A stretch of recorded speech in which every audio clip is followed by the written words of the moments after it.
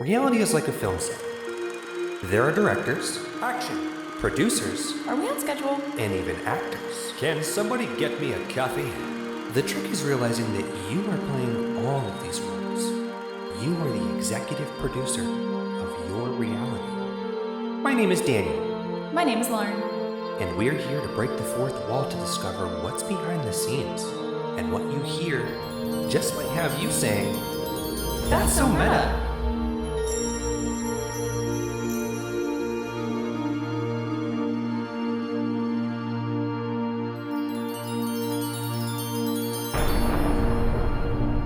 Welcome everybody to That's So Meta, where we discuss the mystical, the magical, and the metaphysical. I'm your host, Daniel. And I'm your host, Lauren. Welcome to January 2023. Happy New Year. Happy New Year. How long has it been, folks? We don't know. Do you know? Comment down below. How long has it been? We just do these for fun whenever we feel like it. Mm-hmm. Yesterday I was like, hey, let's do an episode tomorrow. And she's like, yeah, Yeah. here it is. Yeah, it definitely feels like for this episode, we don't know what we're going to be talking about yet. We didn't pick a metaphysical topic. We talked about it like, hey, what do you want to talk about metaphysically? Mm-hmm. And I'm like, well, I enjoy using That's So Meta podcast as like a platform for like just giving updates about us and what we're working on. Yeah. That's an exciting thing for me to do, is to update you guys. And I know here on my YouTube channel, I haven't been uploading a lot. It's same excuse every 5 months is that I'm busy. Yeah. I'm running a video production service, and I'm also producing an epic Mhm. dystopian masterpiece that's going to take me years at this point to finish. But here we are. Yeah. I think a big like handicap to us producing these more often is that, you know, metaphysics is such like a grand topic, and we've covered a lot of it that we are knowledgeable about and Right. want to talk about. But it's so hard to find an idea. Like, Well, we talk about metaphysics every day all the time, and then we're Yeah. like, oh, this would be a great episode, and then we can't remember what we were talking about. yeah, because it's so like spur of the moment. We have Yeah. great conversations, and then we can't like capture that same magic. Yeah. Lauren's often like, oh, I wish we were recording this, Yeah. you know? Yeah. So let's get into some announcements. Well, before that, let's Rip. draw attention to something real quick. After we wrapped our last episode, which was months ago, I was washing these glasses Yeah. that we got from Steeltown Yeah. that we use in every single episode, because they were where we were filming when we first started doing this podcast. These cups that you see at the end of every episode. Yeah, and they're always filled with like water or yerba mate or whatever. Tea. So I was washing the glasses, and one of them friggin' shattered, and it cut me and is now broken. So I have to drink out of the actual can that is filled with. Yeah. So we're working Funny on story. getting a new glass. What'd you say? It's a funny story though. With these cups mean so much to us that I actually got a hold of Yeah. one of like the council board members of Steeltown Entertainment, which is not even It Steeltown has anymore. dissolved since we. They're another company, and they Yeah. have. So I got a hold of her and I said, hey, I broke one of my cups I need for my podcast. Do you think you can donate another one? And she's like, absolutely, yes. Just tell me when you want to come pick them up. We have extras because we're a different. They merged with another film program in Pittsburgh, and they have a different name now. So like these are obsolete. Exclusive. Yeah. So So yeah. So anyways, we're missing one of our cups that we Cups. usually use to cheers at the end. So updates. Well, a lot of them seem like the same updates every episode, but that's because there's new developments around the things that we do. Still popping off with the great videography business. I think that we scale a little bit every couple months, and we're growing and expanding and enjoying that journey. Very busy with our video service. And there's obviously O.M.A, which is still very much in production. And O.M.A has been truly a spiritual journey for us. Not even from the perspective of a filmmaker, an actor, a director, writer, producer, but like a spiritual journey.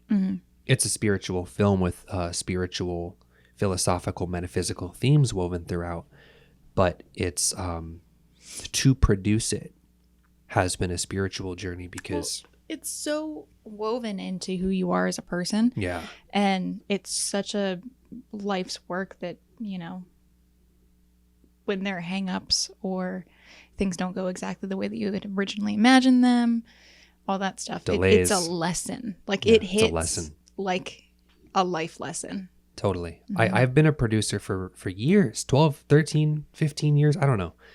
Independent film. And you can make plans. You can make schedules. You can cast people. You can hire crew. You can have a plan. But whether you have the money or the budget or not, oftentimes filmmaking is literally the creation of a puzzle that you have to constantly solve yourself every step of the way. And it doesn't matter if you're a major Hollywood studio production or a student film with no money.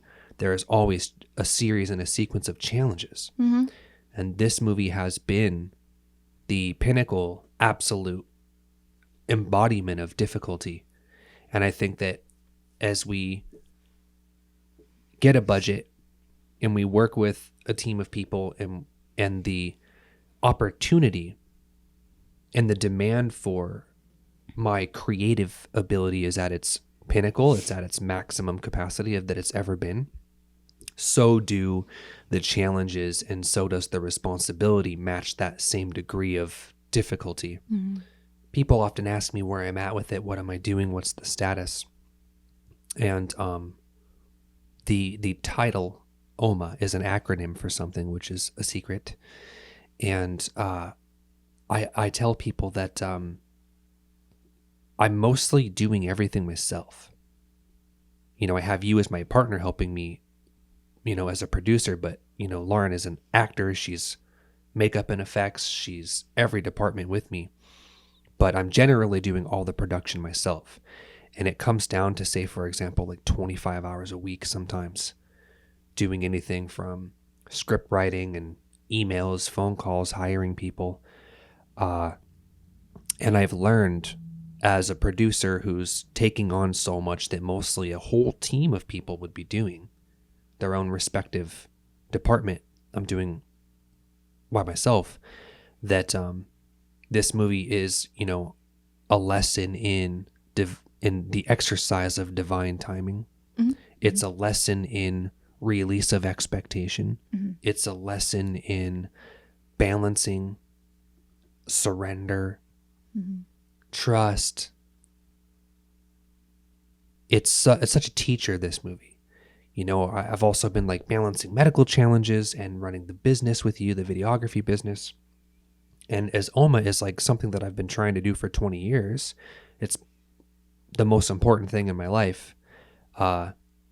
It's a teacher in more ways than just that ego pursuit of like, I am a film director, I am a filmmaker, I am an actor, here is my movie. It's been a spiritual journey, and it will continue to be a spiritual journey. And I think I will do like a formal YouTube video about the production of this that's updating people on the status and where we're at. But just briefly, you know, we're still shooting right now. Every scene requires such a specific, delicate arrangement of props and costumes. And there are unique challenges and delays around each of those aspects, whether it's the people we hire to work for us, or whether it's our ability to create something by ourselves, or whether it's waiting for stuff to come in the mail or getting sets and locations worked out. It's very involved. It's a very slow process when you're two people. Yeah. You know, and that's where we're at with O.M.A. It's being worked on. I think we have 3 scenes left to film.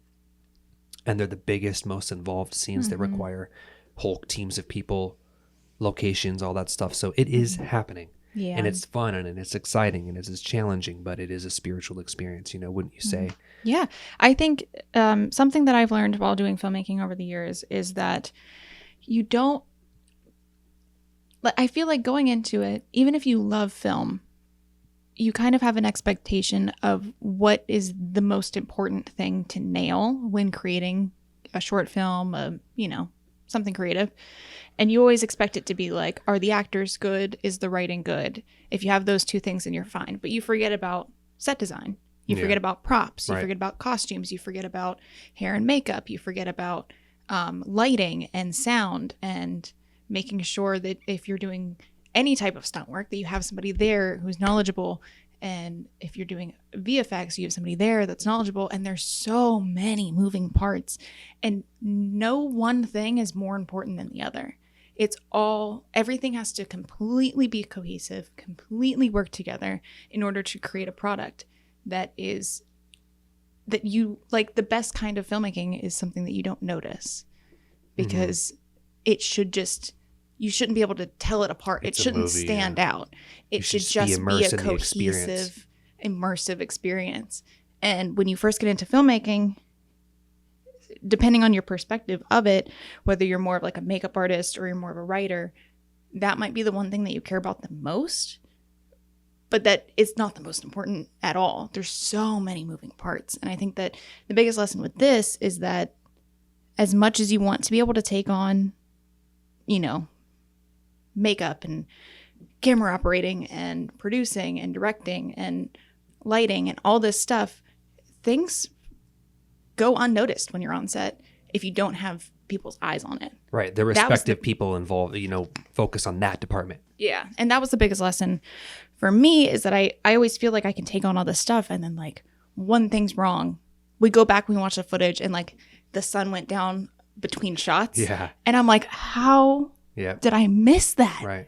But it's because I was looking at the hair. I was looking at the composure. The focus of the camera lens. Yeah. And I just missed the sun entirely, So it's been expansive in my knowledge of filmmaking. Yeah. Leaps and bounds. Yeah. Such as a well learning as process for everybody. As well as spiritual growth. And I think, to be honest, that's the title of the episode. Yeah. We just discovered it. It's the concept of divine timing. Yeah. Releasing expectation, whether you're manifesting law of attraction, being a deliberate creator. It's the balance of letting go of expectation and insistency and leaning into divine timing. That has been such a teacher in this movie, because I know I reiterate this, but this movie is truly my life's work. Mm-hmm. If I do nothing else, and I have done nothing before, this is all I need to give to the world. It's a gift.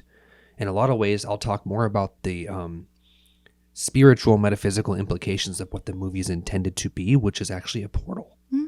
I'm making a bridge to other worlds for people who watch this. Mm-hmm. And I think that when you assign so much expectation on the thing that you're making, when I start to label it as a gift, as a tool, as a vehicle for people, because this movie is for other people, it's for starseeds.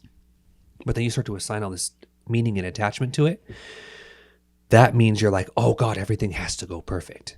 Right. Everything has to go this way by this time, with all this meaning assigned, all this attachment, which is you get into complicated metaphysics and physics and reality creation. Those are the things that you want to let go of, that you need to transcend. You need to dissolve and rise above ego pursuits of attachment.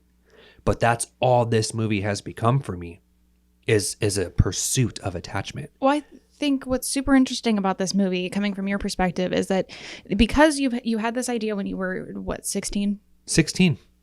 Is when you started writing this to begin with. This is where you came up with the concept. Over the past, 20 years? Yeah. You've used this concept, this movie, this idea as a benchmark for your ability to create. Because how old were you when you did the first one? Do you remember? I started taking pictures and writing music as serious when I was 17, 18. Yeah. And then I shot the first iteration or interpretation of this character in the story in winter 2009. Yeah. And I would say that what's so interesting about you and this creative project is that over the years you've revisited it. Yeah. And you renovated have always renovated it to match whatever your creative ability was at the time. Exactly. And I think that the reason why you are identifying this as a pinnacle of your success is because eventually, once you get to the point of creativity and knowledge and execution, it will eventually become everything you want it to be when you can meet it. But as it is right now, you kind of meet it where you are. And I think that putting the expectation on yourself to exceed where you are, to jump past it and get to the end goal, rather than just being where you are with it and creating it to the best of your ability the way that you are now, is a huge indicator of this is part and parcel to you in your creative journey, in your spiritual journey. Does that make sense? Yeah, I completely agree. No, I completely agree. That's well put. It is. Yep. It is the biggest challenge that I've had to tackle and resolve and wanted to create for myself outside of like my medical issues my whole life, you know, and it feels good. I'm spiritually and emotionally infinitely charged in creating this movie, but I'm mentally and physically like challenged and taxed in the creative process, partly because it is so long and demanding that balancing those, you know, it's like my emotional and my spiritual bodies are carrying my physical and mental bodies through the weight of what this movie is to create. And there's like a 50-50 polarity, a contrast and duality there that are always, there's like a villainy and virtue in a sense. But I love it and I'm grateful. So that's where we are with O.M.A. Yeah. Yeah. I mean, it's been one heck of a journey. So what else? A couple quick little announcements. I am formally open for the Spirit Contact Protocol sessions. So if you are watching or listening to this video now, I just released the official commercial, which you can watch. It's a lot of fun. Lauren helped me make that as well. And it explains the process of what I call the Spirit Contact Protocol, which essentially is just a meditation, but it's a deep quantum meditation that is similar to astral projection, remote viewing, or channeling. It is in that same realm of a mechanism, of a tool, of an exercise. It's that same type of thing. And I teach you how to communicate to your spirit guides, your passed on relatives, your extraterrestrial star family, your own higher self. All of these energies are, you can contact them. You can communicate directly to them without the intervention or the help of a medium, of a channeler, of a psychic. You are your own sending and receiving tool. And I teach people how to do this over an hour-long session, which is something that once you learn how to do it, you can repeat over and over and over again and strengthen this ability to contact spirit like a muscle. So sessions are open now, officially. I have been doing this for years privately. I just haven't really advertised it as like a big public thing until now. And I'm excited to teach people how to do this because the goal is I want to empower people to have these tools and these skills by themselves so that they don't have to spend thousands and thousands and thousands of dollars a year paying other people to make the contact for them. Right? We just want to teach you how to do it yourself to eliminate the middleman. And of course, I am a middleman, but you only need me one time. Right. That's it. This isn't something that you're going to need to ask me a million questions about or come back for me to do again for you if I was channeling for you. So one thing. Okay. I think what's really important about the service that you offer is that for a while, you know, going to mediums, going to psychics, going to channelers is incredibly helpful when you don't know how to trust your inner voice. Right. And it's good to hear confirmation of your own beliefs through somebody else. But I think eventually a split kind of happens when you go and see these people where either you become like a little bit, you either stop going, you're like, all right, I'm done. I don't need any more. Thank you very much. Or you become a little bit addicted to it. Yeah. And you just keep going back. And I know that from experience talking to, you know, channelers and psychics and all that people, sometimes they cut people off. They cut customers off because they can see the addiction starting to form of always being told what to do and needing that sort of outside guidance and giving their power to somebody else. So, right? Yeah. So this tool that you teach is for people who've kind of begun to trust themselves, trust their inner voice, and are able to start making those sort of decisions for themselves. Even if you have gone to channelers in the past, now might be your time to learn how to do it yourself. yourself. Yeah. It's about, I want to create, sovereign individuals out there who are self-reliant. And like you mentioned, I see some service providers, at no disrespect or judgment, will totally capitalize on people who are addicted to their services and keep that repeat business over and over and over. Mm-hmm. That's how they make their income and survive. And then I've met some people who are very good, very talented at their spiritual skills, and they do cut people off, and they want to empower you in a way that allows you to go off with what you've learned and use those tools. Mm-hmm. And so, both have merit and value. And so the Spirit Contact Protocol will empower you to make this contact on your own. Mm-hmm. And so I'm open for sessions now. You can email me at danieljamesxix@gmail.com. The next announcement that I have, which is very cool, very fun, very exciting, might, by the time you hear this or see this, might have already happened. But I'm speaking live again for the first time in a long time. Mm-hmm. And I will be speaking, giving a 1-hour lecture at my friend Natasha's physical shop that she has. And this will be, her shop is Little Shop of Lilith. Mm-hmm. It's sort of a magic, metaphysical, occult, shop of both products and services. She has a lot of services of her own. And Natasha, shout out to Natasha. She's actually our social media manager for my friend Frater Garrett and Celestial Oddities, Paranormal Guys podcast, and all of Garrett's other podcasts. She's the social media manager for those things. And I was grateful enough to meet her through Garrett, and now her and I are friends. So she's given me this opportunity to speak at her shop. Mm-hmm. And this lecture will be right in my sort of wheelhouse, that it is the introduction to extraterrestrials among us. So I'll be giving a lecture on the concept of ETs. I'll be going through a list of the races that Earth is directly involved in, both, politically, exopolitically, interterrestrial, extraterrestrial contact. So we'll have a list of names there. We'll talk a little bit about why the mass consensus reality doesn't know about the presence of ETs, why it's such a sort of suppressed truth, and what our involvement is in that. It'll be my first time speaking like in live and in person in front of people, I think, like this, but it's something that I've always wanted to do. It's something that I'm excited about. So if you are in Western Pennsylvania, this is something that you can definitely go to. It's open to the public, and I might be speaking there again about other topics.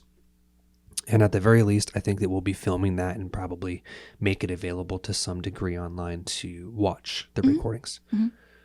Yeah, it's really exciting. And we love her shop too. She hosts a lot of events there, a lot of talks, and like a wide variety of topics, mostly geared more towards occult, would you say? Yeah, she offers a lot in terms of like astrology and working with those cycles, working with magic, seances, things like that. She teaches courses of her own. So she does have a lot of services, and very similar to our friend, Jamie with Pranaveda Studio. She's a local place where you can find a community who are people looking to exercise their spiritual gifts, I would say. So I'm looking forward to getting involved in doing more live and in-person things than just, doing my YouTube and my films and kind of hiding, because I am a little bit reclusive in terms of like, my involvement in community. It's very like digital. Yeah. Well, I think it would be really exciting just to feel the energy of being in person and kind of being able to recognize each person's, what they're bringing to the session. I think that'd be really interesting to see. Mm-hmm. Yeah, I think that I do have a little bit of a community online, which I appreciate and value very much. And one thing that's exciting about working with Natasha and Little Shop of Lilith is she's bringing a whole new sort of source or a pool of people that are unfamiliar with the type of things that I teach, the type of lectures that I give, the type of knowledge that I have is different than what she offers there. And so she's looking to bring on more people that bring different things to the table that they specialize in. And so I'll be able to access people in person that are interested in these things and new to it, which I think is good. I love that. So this is an announcement that I certainly never thought I'd be giving. That my sweet earth angel has given me the strength to discuss. I am somebody who has struggled with medical issues for my whole life, or more, half my life. But I've always tried to use my metaphysical strength to either improve my situation or at the very least better understand it. Over the summer, I was going through very challenging issues, debilitating issues. And so I said, listen, I have to approach this with my skills that I've been teaching myself for years. So what can I do? So I went into a deep meditation and I contacted Spirit and I said, I want to create for myself or manifest something that will help me in the situation, something that will make the difference. Because as it is right now, I'm not functioning. So I do this meditation, and it's a series of visualizations and really just driving focused energy into a specific thing, powering it. And I come out of meditation, I'm feeling good about it. You know, I told my spirit guides, like a council, I was like, this is what I want. This is what I need now. That's it. Come out of meditation, pull up my Facebook, and I'm scrolling, and the first thing that I see is a Facebook friend of mine who is announcing a device. It's a medical device. We can't say it's a medical device. It isn't, but it does medicinal things that she says makes the difference. Here's what it is. Here's how it works. But watch this video. Take a look. And I was like, this is a thing reflecting back to me the question that I asked within minutes. So I says, okay, click the link, read about it, watch the video. I'm blown away. It's a thing. It's a physical device that was made with the philosophy behind acupuncture and meridian, chakra, sort of Reiki in a sense, energy. We're getting into quantum energy. And it's a physical tool called the Iteracare wand. And what it does is it takes 3 types of technology that creates a frequency, because everything is energy and frequency. Everything is light and vibration. And it's, I think, in my opinion, you can talk about the Rife, you can talk about the Hulda Clark zappers, you can talk about the Healy, all of these electrical devices that are, promote healing or create healing frequencies. This is the most cutting edge, closest physical tool, close to what a med bed, like a sci-fi healing pod would be, in your hands. So I do a deep dive on this thing. I get obsessed with it. I'm watching testimonial videos. I'm reading about the science. I'm watching all of the videos that they put out. Listening to lectures from the manufacturers of it, what it does, and then getting to know people in communities that are using it. And from what I can perceive is the most powerful quantum tool that we have in the world that is on the market, that somehow is legally distributed because it transcends medical science as we know it. Okay. And it's called the Iteracare wand. So I become like super fascinated by it, and I ordered one. I bought one right away, like ordered it. And they're in such demand because of their efficacy in healing that I had to wait like how long? 3 weeks? A month almost? 3 weeks? Yeah, I think to get it in the mail. Mm-hmm. And in that time I just researched, and Lauren can attest here how annoying I was talking about it every hour. Hey, look at this person said that she cured her cancer, this person with autoimmune, or this person with, a bone injury from 100 years ago. You want to research really hard when you purchase something like that, because you never know. Yeah. So it was good to research it while you were waiting. Yeah. So I become an expert on this thing. Mm-hmm. Then I finally get it and I start using it. And Lauren and I both use it. And what it does is it promotes the body's innate natural ability to heal itself. It does not heal you. It creates a space where your body can heal itself. And it does this using 3 different technologies. It also does something which is creating structured water. Now, do a Google search on structured water. This goes back to the 80s, I think, where they found out that you can charge water and restructure its molecular structure using either photonic energy, sunlight, magnets, okay? And I think there's one other method to charge it. So what the IteraCare wand does is it actually structures water, okay? Now, if you want to buy a structuring water device, they start at about $1,500 and go up to like $3,000, $4,000. That's how much these things cost, okay? But the IteraCare wand, it does it for you in a matter of seconds. And so you have to research the science behind structured water and how the massive healing benefits that it has on your physical body. Okay. Small little water lecture. Most of the water that people are drinking is either highly contaminated or the molecular structure of it is clumped up and blocky and out of shape, so much so that it cannot penetrate your cells properly. Can't get deep into the deep tissue. So you're either drinking water that's heavily contaminated, or the structure is so out of the natural rhythm and sync of its ability to hydrate that people are drinking 60 ounces or more a day, and it's not even hydrating you because it isn't penetrating your cells properly. So when you structure water, you're changing its molecular shape, and it's actually hydrating you properly, which is like one of the baseline things that your body needs for healing and for functionality. So structures water.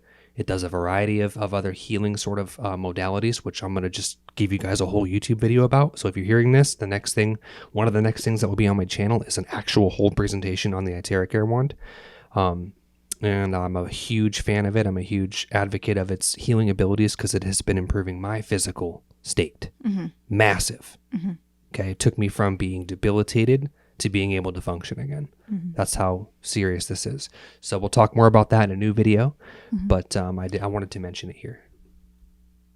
I am such an advocate for this concept that we're discussing here on this episode, divine timing, and the releasing of insistency, the releasing of expectancy, and the quantum sort of language of attraction and repulsion in terms of energy. And like we mentioned earlier, that O.M.A is such a spiritual teacher for both of us, you know, challenging our ability to trust and be patient, and that it's okay to have a vision. It's okay to have sort of an expectation, but you cannot force that to be. You have to let it be what is most synchronous. Well, just imagine if you had been able to secure a budget for a web series when you were 22 compared to now. I can't imagine that. No. You know what I mean? I can't. The divine timing of it taking this long in and of itself is a perfect example of needing to wait and waiting for things to line up appropriately. Absolutely. Like the skills that you learned over the years that you were to prepare me for this point. Exactly. And same goes for everybody that we work with on this project, with locations and costumes. Are they at the point where they can execute in the way that we need type of idea? Yeah. And that was another thing that we learned. Listen to this, guys. This is so cool about the spiritual sort of lessons that I've been learning. Is the script for this has been written since March 2022, maybe earlier. And then you start, making a plan for props and locations and crew and actors for these scenes. And I have a vision of like what I want to see happen in the scene, how I want it to go. But as we plan for these scenes, listen to this. And I have an expectation and a vision for it. A delay suddenly manifests. This crew person can't work. That person we hired cannot finish their job or produce the props or costumes that we hired them to do. All of these delays, these sudden sort of hindrance, these roadblocks, these walls that have come up in between us and our ability to shoot the scene, create a delay. And in the space between the original date and the delay journey and then the actual shooting of the scene, we have discovered new things about the characters. We have added nuance to the performance. We have changed maybe the tonal direction that the scene's going to play out in. We've maybe added a line of dialogue, right? So the scenes, this is a major revelation of mine. The scenes have evolved to become more representative of what they need to be in the space between the scheduled date, the delay, and the actual production of the scene. There's magic there, guys. And I didn't prefer that, but it happened. And that divine timing, when one door closes, another one opens. You work with new people. New opportunity arises. I think some of the scenes, to a degree, have been improved because we did not do them when I wanted to. Wow. That's facts. And if you think about it, this might just be a discussion between the two of us, between us girls. But if you think about all the times where we were faced with a obstacle, and instead of going with the flow and going with the movement of, well, we'll just wait, when we forced something else to happen is when we got hit the hardest with like pushback. Actual, with the universe saying, you have to wait. Because just between us girls, think about it. When we were trying to get the fabric for one of the costumes, it was sold out in the color that we needed. But now the time that the universe has opened up a little bit to get the costume actually done, rather than when we bought the fabric's back in stock. Yeah. When you initially approach somebody to create a helmet, he said, no, I'm too busy. So we go to somebody else. Yeah, that's happened. Horrible things happen with this other person. Happen, which we won't mention names or places or things.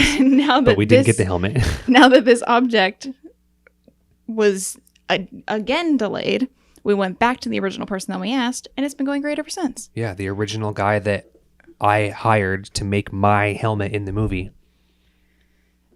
But the timing of it with the original person that we spoke to was off. So we're like, oh, it's okay. We'll just go somewhere else. And then that kicked us in the butt way harder than the time delay ever would have. And now going back to what we originally planned on doing with our tail between our legs, it has now gone exponentially smoother. And I'm getting a, you know what I mean? Product that is more representative of what I wanted. Here's what I'll just say this one little thing. My helmet guy is from Europe. Very talented, very creative, but busy a lot. And he made my original helmet that I love from was it 2020 maybe was the year I ordered it. Then I hired somebody. He was so busy he couldn't work for me anymore. So I hired somebody else to make me a replica of the helmet he made me. And the guy that I hired could not produce it. Right. And I wasted 6 months waiting for him. And so I ended up catching up with my European developer who said, hey, I'm reopened for work. If you want to hire me again, I can do more helmets for you. I said, well, fucking A, what do you know? I'm fucking hiring 6 months ago. So I was able to hire him, my original manufacturer, just to make me another helmet that I hired somebody else to make a replica of. And now I'm getting the actual model by the maker that designed my custom piece for. And that's an example of the divine timing that I have to fucking wait half a year to get the helmet I need to shoot scenes. Yes, but I got the right helmet. Right. And not a knockoff of an original. That's divine timing. Yeah. Yeah. But learning that has been an uphill battle. But that's all that conflict ever really, in my opinion, ever truly is. An exercise in patience. That's what conflict ever really truly is to me. Is just like a where are you rigid? Where do holding you need resistance? Where do you need to just release a little bit, give way a little bit, so that you can then accept something completely new, right? That you weren't trust, expecting. We're talking trust. Yeah. We're talking the releasement of pent up resistant energy. We're talking having an expectation, but not an insistency, because the insistency will absolutely lock you in. We're talking about trust, divine timing, surrender.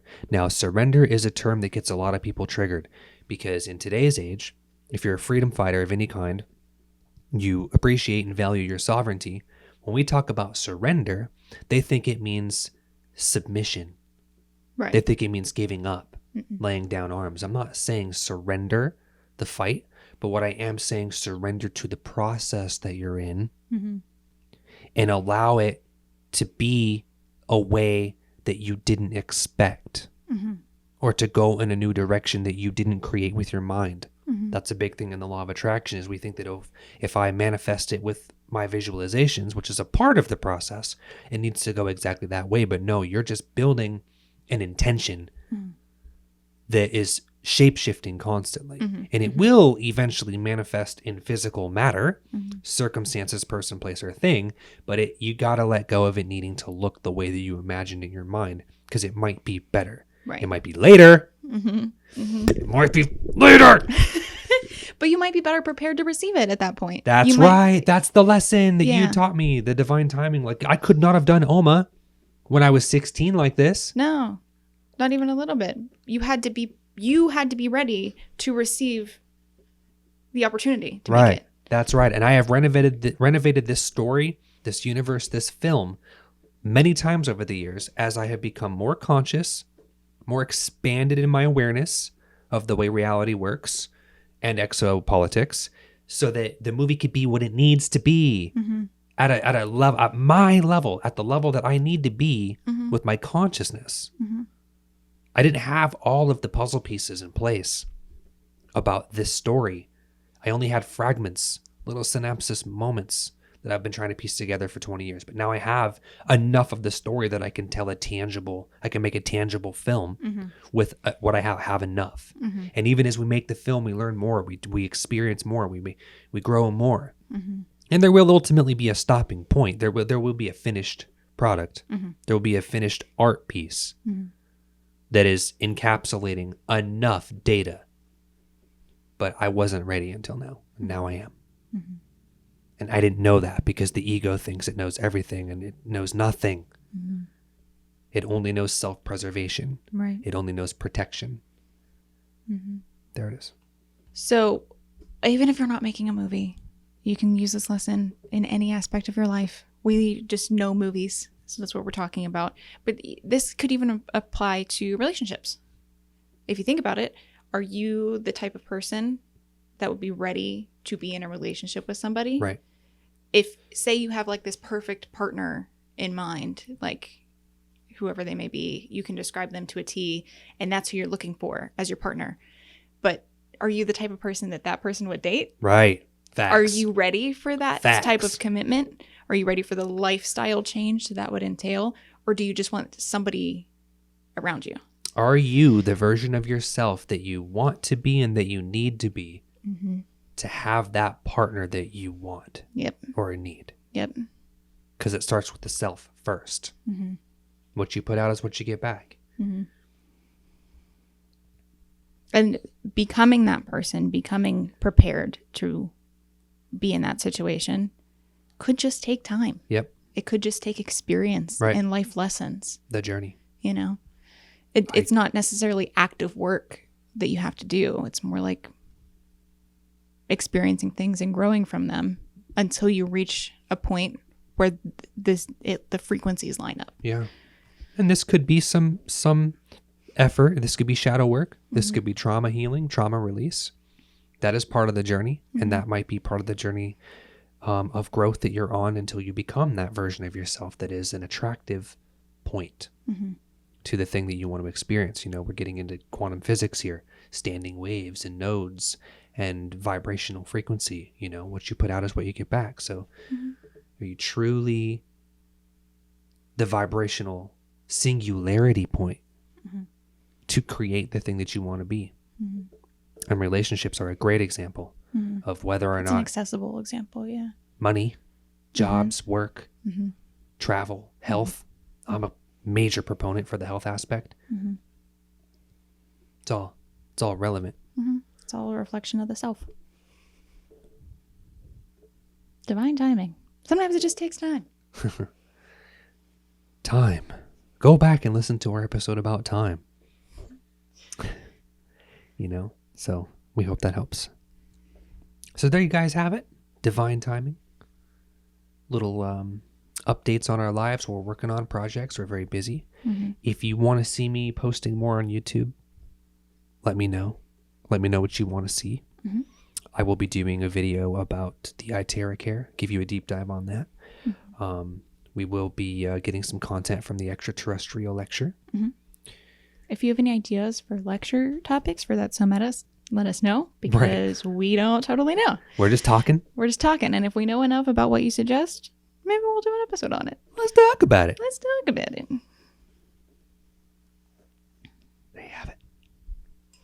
That's O.M.A.